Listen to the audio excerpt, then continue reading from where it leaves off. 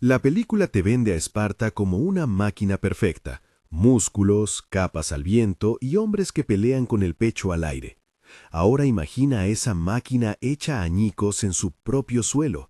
Eso es, en bruto, lo que pasó en Leuctra. El título dice 10.000 espartanos contra 6.000 tebanos, y suena épico. Justo después te aclaro por qué esos números son más una licencia editorial que una estadística inapelable, pero sirven para sentir la desproporción que la memoria popular suele simplificar. Las fuentes antiguas no se ponen de acuerdo. Hay relatos que hablan de miles de bajas, otros que reducen las cifras. Algunas crónicas modernas ofrecen reconstrucciones distintas. Lo que sí coincide, y ahí no hay discusión, es el resultado. Una derrota decisiva que cambió el mapa de Grecia y descabalgó el mito de la invencibilidad espartana. Antes de entrar en la geometría de la falange y los trucos de Epaminondas, necesitas entender el contexto político. Tras las guerras del Peloponeso, Esparta había sido la gran ganadora en términos militares, pero también la perdedora en legitimidad.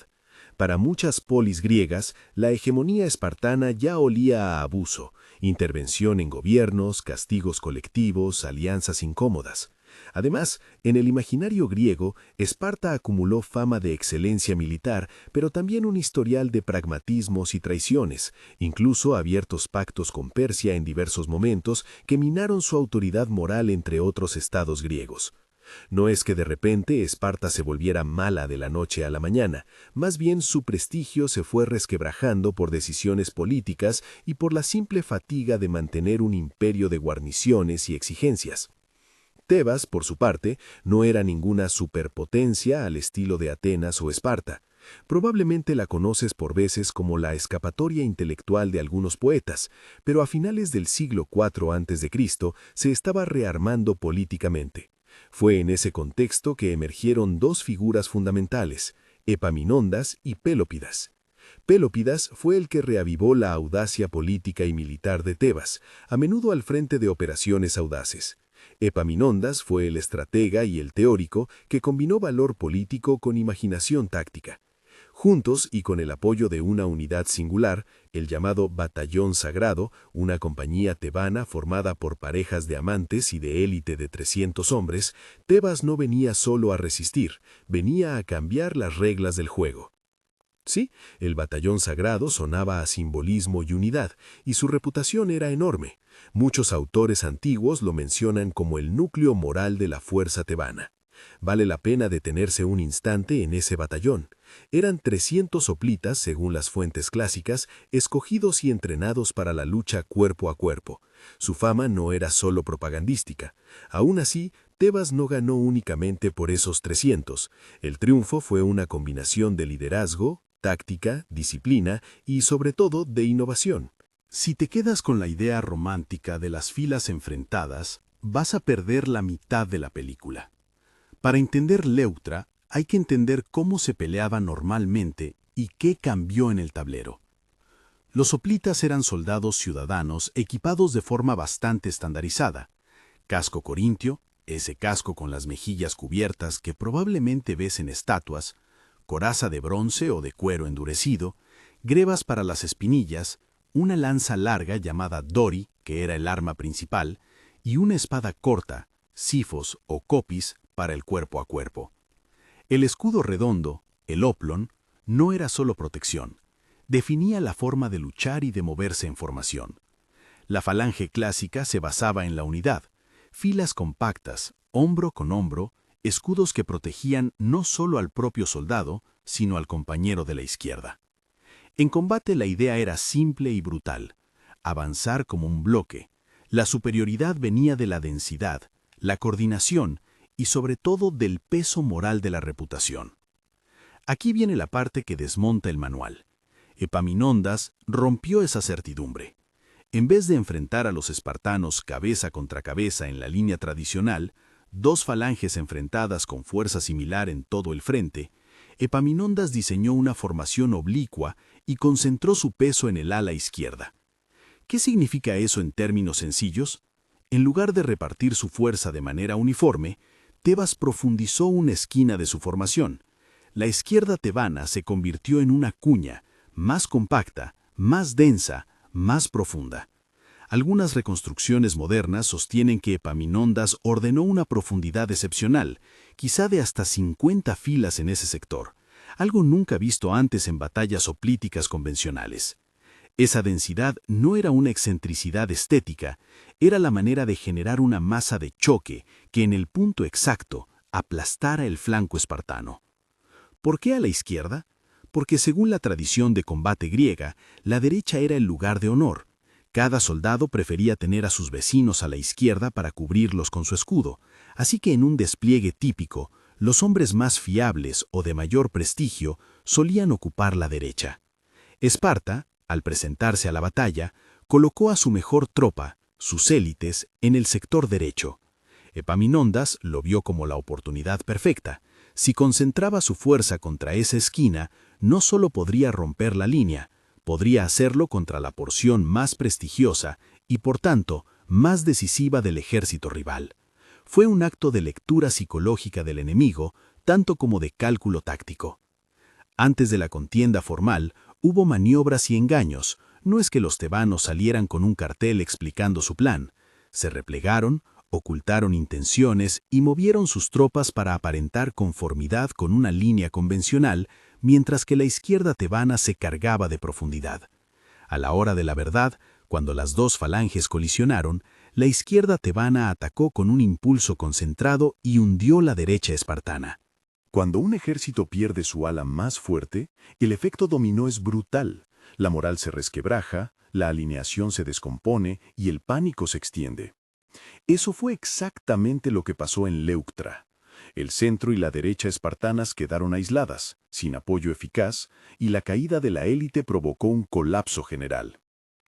Ahora, volvamos a los números, porque el título es específico, y hay que respetarlo editorialmente, pero también hay que ser fiel a las fuentes. El 10.000 espartanos contra 6.000 tebanos funciona como resumen dramático. Sin embargo, las crónicas antiguas y los estudios modernos se reparten en sus estimaciones.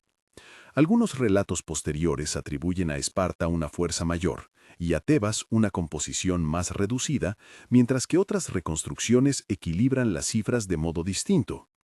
Entre las fuentes antiguas citadas con frecuencia, Diodoro de Sicilia menciona víctimas espartanas numerosas. En algunos pasajes se alude a unos 4.000 muertos en el bando espartano. Para los tebanos, las cifras son mucho más bajas en varios testimonios, y a veces se habla de apenas unos cientos de muertos, entre ellos miembros del batallón sagrado. Otras fuentes y cálculos modernos matizan esas cifras al analizar logística, desplazamientos y la capacidad real de reclutamiento de las polis involucradas. La conclusión práctica que debes quedarte: las cifras exactas son discutidas. La magnitud del desastre es indudable. Por eso usamos el titular extremo, para captar la idea de una superioridad numérica espartana que, sin embargo, fue derrotada por un ejército menor pero mejor dirigido. Si todavía te pica la curiosidad táctica, imagina el choque en términos físicos. Una pila compacta de hoplitas tebanos empujando con el dori en línea oblicua contra la porción espartana. Aquella masa dirigida tenía una energía de impacto mayor que una falange estirada y uniforme. Además, la coordinación y el entrenamiento tebano ese día fueron nota. Mientras que los espartanos confiaban en su fama y en sus guerreros veteranos, no estaban preparados para un golpe tan concentrado y para la flexibilidad de los tebanos. La falange, que depende tanto del orden como del empuje, se vuelve vulnerable si un sector clave cede en bloque. Antes de seguir, un aviso corto. Si esto te está gustando y quieres que sigamos derribando mitos históricos con datos y humor, suscríbete y activa la campanita. Prometo más historias donde la reputación se enfrenta a la realidad. Volviendo a la batalla, el choque fue brutal y rápido. Los relatos hablan de que el ala izquierda tebana, con el batallón sagrado en el punto de mayor presión, logró fisurar la defensa espartana, y cuando la élite cayó, la dispersión y el desorden se propagaron. Aquí conviene otra precisión importante sobre la lectura de fuentes. Autores como Xenofonte escribieron con simpatía por Esparta y su análisis de la situación es, a menudo, parcial. Otras narrativas posteriores, incluidas las de Pausanias o de cronistas helenísticos, recogen detalles con matices distintos. Por eso resulta tan útil combinar las fuentes. Unas nos dan la percepción contemporánea de la reputación espartana, otras miran, con distancia, el alcance real de la derrota. Y ahora las consecuencias, que son casi tan dramáticas como el choque en sí. La derrota en Leuctra no fue un golpe simbólico menor, supuso el fin de la hegemonía espartana tal como se la concebía. Epaminondas, aprovechando la victoria, llevó la iniciativa más allá del campo de batalla.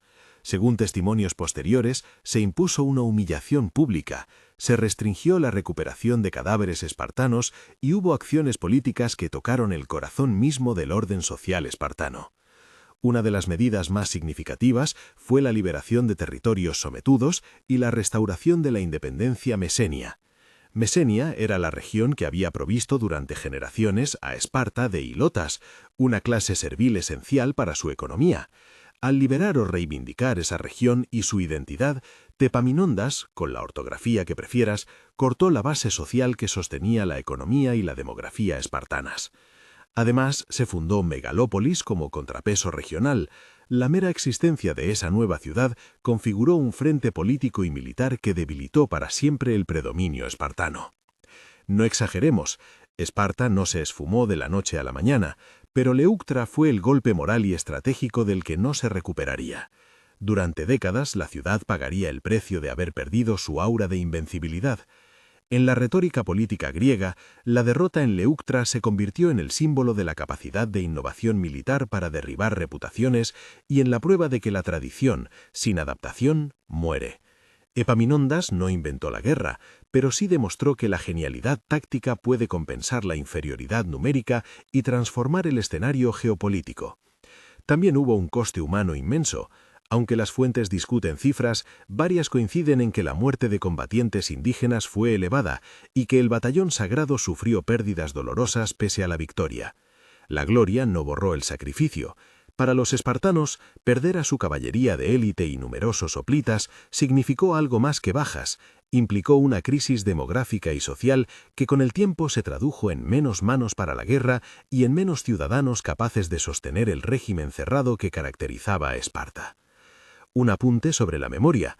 Tras Leuctra hubo un proceso de reapropiación narrativa. La cultura popular recuerda a Esparta como si jamás hubiera conocido la derrota, sobre todo gracias a relatos románticos y a la iconografía moderna. Pero las fuentes antiguas, la arqueología y el análisis militar nos obligan a una lectura más compleja. Hablar de Leuctra no es festejar la caída del héroe mítico, es llamar la atención sobre cómo la estructura política, la innovación y la legitimidad importan tanto como el valor en combate. Tebas ganó porque supo leer el momento, explotó la debilidad psicológica del adversario y ofreció una alternativa política viable en la región. Esa combinación fue letal para la vieja hegemonía. Si te interesa lo técnico, la lección militar de Leuctra es inmensa. La falange oblicua, o la concentración de fuerza en un punto del frente, reaparecerá en variantes a lo largo de la historia militar, desde maniobras de caballería hasta los golpes de choque de la artillería moderna que buscan focalizar fuego y romper un punto crítico del enemigo. Epaminondas anticipó una lógica que más tarde se convertirá en doctrina: no ganar por presencia global, sino por efectividad local. Insisto, no se trató solo de números, sino de cómo esos números se rompían en la práctica sobre el terreno. Antes de acabar, un par de detalles que suelen provocar preguntas de oyentes curiosos. ¿Por qué no existió una reacción inmediata y contundente para recuperar el prestigio espartano? Porque el mundo griego era ya un ajedrez con muchas piezas en movimiento, alianzas, rivalidades y recursos limitados. Y porque la percepción importa. Cuando un adversario demuestra que tu punto más fuerte es vulnerable, los aliados empiezan a mirar con cautela. Las ciudades que antes aceptaban la tutela espartana comenzaron a negociar alternativas o a respaldar a quienes presentaban un orden nuevo. Así fue como la derrota militar se convirtió en pérdida de hegemonía política. Para cerrar con una imagen que puedas recordar, imagina a Esparta como la nave más poderosa del puerto, con todos los estandartes, las cubiertas pulcras y la tripulación orgullosa. Leuctra fue el impacto de un torpedo bien dirigido en la sección de máquinas. La nave no se hundió al instante, pero quedó incapacitada para volver a mandar el convoy. Tebas no destruyó la cultura espartana, pero sí la dejó fuera de la primera fila por mucho tiempo. Y eso, más que números exactos, es lo que cambió la historia. Si te ha gustado este desmontaje del mito y quieres seguir viendo cómo la historia oficial se confronta con la evidencia y la táctica, mira nuestro video complementario Destruyendo los mitos de Esparta. Hay una tarjeta arriba con el enlace. Comparte con alguien que todavía crea que 300 fue una crónica fidedigna. Y vuelve mañana. Tenemos más historias donde la reputación sale perdiendo frente a la realidad.